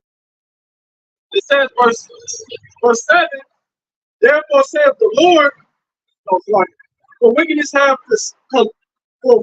hath exceedingly polluted the whole earth, and their hurtful works are fulfilled. Therefore saith the Lord, I will hold my tongue no more as touching their wickedness, which they profanely commit. Neither will I suffer them in those things in which they wickedly exercise themselves. Behold, well, that's speaking about Israel, man. You know, which the Lord is long suffering. And that's the point. The Lord has long suffered and bore the wickedness of his nation of people, to the point where he's risen up the prophets now, and now we're the mouthpiece of the Heavenly Father. All right, and he's no longer holding back his tongue, and then it's gonna get even more wicked to the point where the Lord is gonna have to take us off the streets, and he's gonna have to start touching this place, man. He's gonna have to start touching Israel with those plagues like the brother was going into. And because we had brought that out earlier, the spirit when it come out again, that also can be applied to Esau Edom. Because the Lord is speaking out, he's speaking out against and condemning Esau Edom as well. You know, because the mindset of Jake stems from Esau Edom. So when the Lord start touching Jake that been following after Esau, that's him indirectly touching Esau Edom. That's fucking up his agenda. Even though it's really a part of his agenda because they want to depopulate the earth, but all in all is representing the downfall of his kingdom. Because these is his subordinates. These niggas that follow after the ways he tell them to. These is his subordinates, meaning these that submit to him. Since you said that, Isaiah 42, and I'm starting at verse 13. The Lord will go forth as a mighty man. He will stir up jealousy like a man of war. The jealousy, scripture tells you, is the rage of a man. Therefore, he will not spare in the day of vengeance. Jealousy is when your woman is stepping out on you, okay, and then you start to feel that anger, and you want to execute violence on her and the nigga she was stepping out with. So the Lord gonna stir up that jealousy for the sake of his people, because you got those that have repented, okay, they still being mistreated, but those that didn't repent, they still stepping out. So the Lord is eventually gonna come back and he's gonna execute violence. That's why I said, matter of fact, you read it again. Yeah, this is Isaiah 42 and 13. The Lord shall go forth as a mighty man. He shall stir up jealousy like a man of war. Like a man of war. He's coming back, and it's about to be a lot of bloodshed. A lot of people, the Lord about to press the backspace button. He's about to delete a lot of people. It says, he shall cry, yea, roar. He shall prevail against his enemies. Right, in which the Lord is going to physically, Yahawashi is going to physically do that once he makes his second right. That's why Scripture should come many times. He's going to take down every heathen nation that exalt themselves above the Heavenly Father. That's one is two again. He said, "Going to storm with the brightness of his coming." Verse 14: I have long holding my peace. I have long time holding my peace. I have be still. But the Lord held his peace, right? He allowed this to go on. He long suffered it out, right? So that now the Lord can be justified in the judgments that he executed. Because to be still goes back to relaxing. So the Lord, he relaxed. He kicked his feet up, and he let wickedness take course. He let it pollute the whole earth so that it could be fulfilled. But that's why he said he would stir himself up, because he was relaxing, he was holding his tongue, but now he's stirring himself up, which begins with the prophets, and it's going to be fulfilled when he returns. Right, the scriptures talk about until the time of the Gentiles be fulfilled. But now we in the process of the times of the Gentiles being fulfilled, because their time is almost up. It says, verse 14, I have long time holding my peace. I have been still and refrained myself. Now will I cry like a travailing woman. I will destroy and devour at once. In which the Lord is going to once again start touching this place, man. All right, he's going to start sending more plagues upon the earth. You already got the fur blue.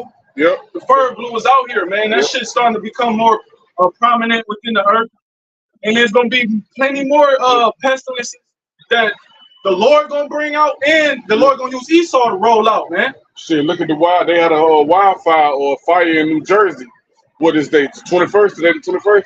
They just had a like 22nd. Today the 22nd. Well, on the 20th, they just had a fire in New Jersey, like a real bad one, like a wildfire. Who you ever heard of New Jersey get wildfire? Or you got you got all these different tornadoes and all these different places. You had one in Michigan. You had one in Oklahoma. In all these different places, you got Texas. What the fuck you ever known Texas to flood?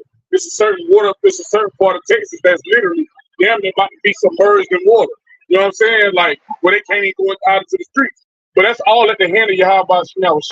You got all these different things taking place in the earth, and all that is the birth pain. All that is the birth pains. You know what I'm saying? For the baby be delivered, like the scriptures talk about. Shit just getting worse and worse. Right. Once the Lord starts shutting the cities down, you got curfews, you got martial law. You know what I'm saying? Not only that, once it's a famine, a controlled famine at that, you know, to the points where, you know, the people are desperately, where they're invading one another in the streets. Yep. That's the Lord touching this place, man. Once you see animals out of their courses, certain animals and wildlife out of their courses, that's the Lord touching this place, man. Once you see mass death at a large amount at the same time within diverse countries, diverse cities, that's the Lord touching this place. Verse 15, I will make waste mountains and hills and dry up all their herbs. And I will make the rivers islands, and I will dry up the pools. And see, the Lord is going to do what? He's going to start taking down these different governments, man. Okay, these different nations of people that have made themselves allies with Esau, Edom. He's going to start touching this place, man. The scriptures call this place a high mountain. Where the Lord's about to bring this high mountain low. Yep, that's right. From its resources, from its imports and exports, from its trading and economy and financials, all that shit about to be crashed up. But the Lord about to start physically touching this place, man. All these other nations that's good America. This is 2 Corinthians 15 and 46. It says, and thou Asia, that are partakers of the hope of Babylon, that partakes of the man's ways of philosophy. That's why his ways are spread into all these other countries. You know, Asia being that large continent where other countries are in, is not just Asia. It says, in the glory of her persons, it says, woe be unto thee, which is destruction. Y'all gonna receive the same, not the exact same destruction, but destruction is gonna come to you nations.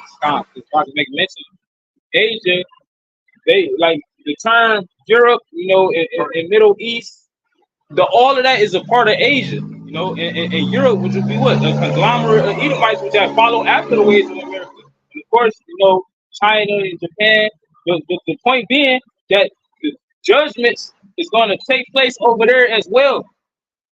It says, because thou hast made thyself like unto her. Because thou hast made thyself like unto her. It tell you that all the nations have drunk up the wine and wrath of fornication. All nations have participated in the wickedness of America.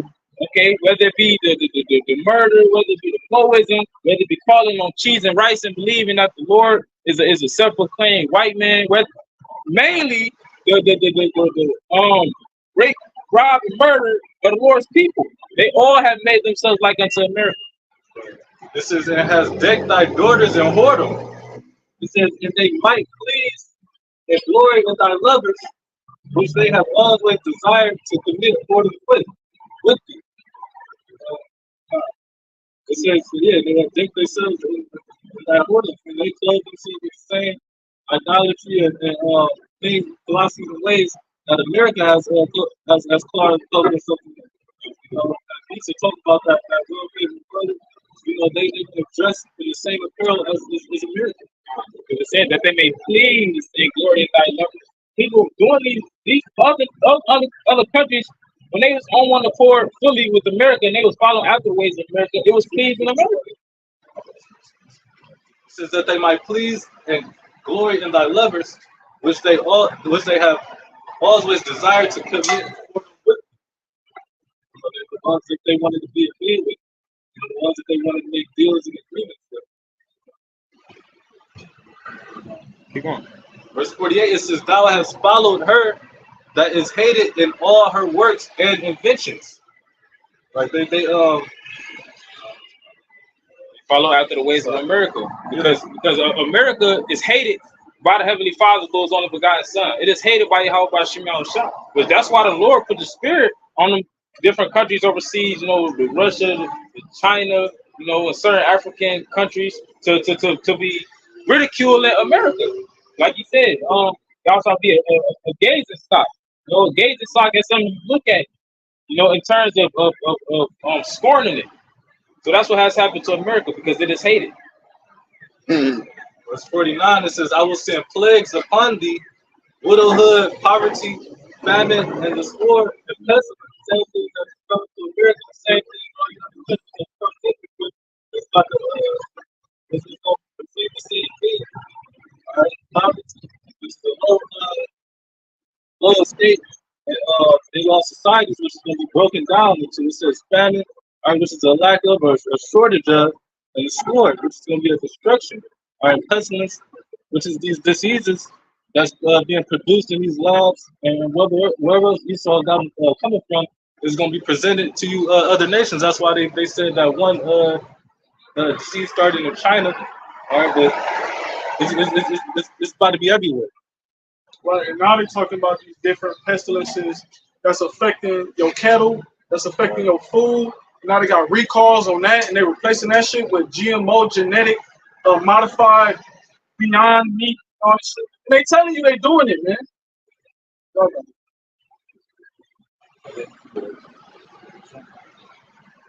This is the book.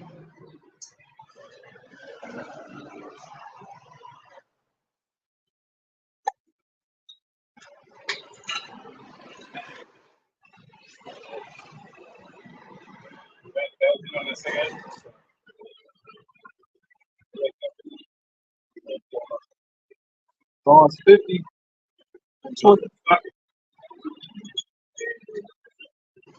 Psalms 50 and 21. It says, "These things hast thou done, and not kept silence." The Lord, he was keeping silence for the things Esau Edom was doing, for the things wicked ass Jason doing, and also the things that the heathen nations doing. Because ain't nobody about to get off scot free. But the elect, they're the only ones that's identified. They're the only ones that can be justified. They go back to the same life. The Lord said he has kept silence. It says, "Thou thoughtest that I was altogether such as one as thyself." So even though the Lord was with him, okay, these heathens, they told that the Lord was with them.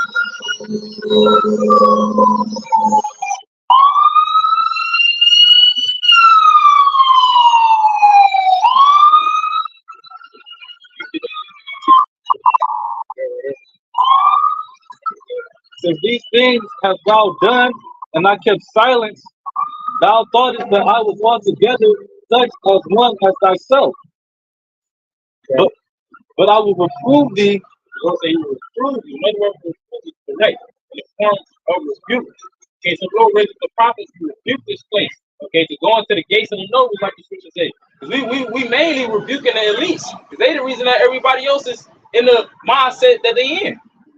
It says, "And set them in order before thine eyes." And at the same place, the Lord is taking that spirit of Edomitism, if you will, off of the elect and setting them in order in the eyes of the elites. And they don't like it. They hate it because this is a threat to their agenda. In Psalms 50 and 21 in the ELT, it says, while you did all this, I remained silent, and you thought I didn't care. But now I will rebuke you. Listen, all my charges against you. It says Psalm 50 and 21 in the ELT. It says, while you did all this, I remained silent, and you thought I didn't care. You thought the Lord ain't care. You thought the Lord ain't care about giving his people, about you throwing our babies to the alligator, about you naming Jacob. They still named Jacob. About you putting us through all the bullshit and wickedness that steal us, and you thought the Lord ain't care. It says, but now I will rebuke you. Now he's gonna rebuke you. That's the problem. They listen all your charges and bring you to the difference. Okay. Listen, all my charges against you. All your charges. And Esau has the greatest indictment ever. Okay, that's what he's witnessing, the greatest indictment ever. Esau is being indicted, okay, for great rob and murder of the nation of Israel and the destruction of the planet Earth. But this man is also destroying the planet Earth, let alone the people. So the Lord is bringing up all these charges, and in due time, he's gonna face the judgment for all these charges. That's right. So Lord willing, come prepare to edify a camp. Close and go give all honor, praise, and glory to Yahawashi, Yahawashi, Yahawashi. Your honors to the apostles and elders, the great millstone, poor and teachers, who left the truth on. May peace, mercy, and blessings be upon the hope of the elect. That believe in the truth and sincerity. Till next time we say, Kwame Shalom, Shalom. Shalom. Shalom.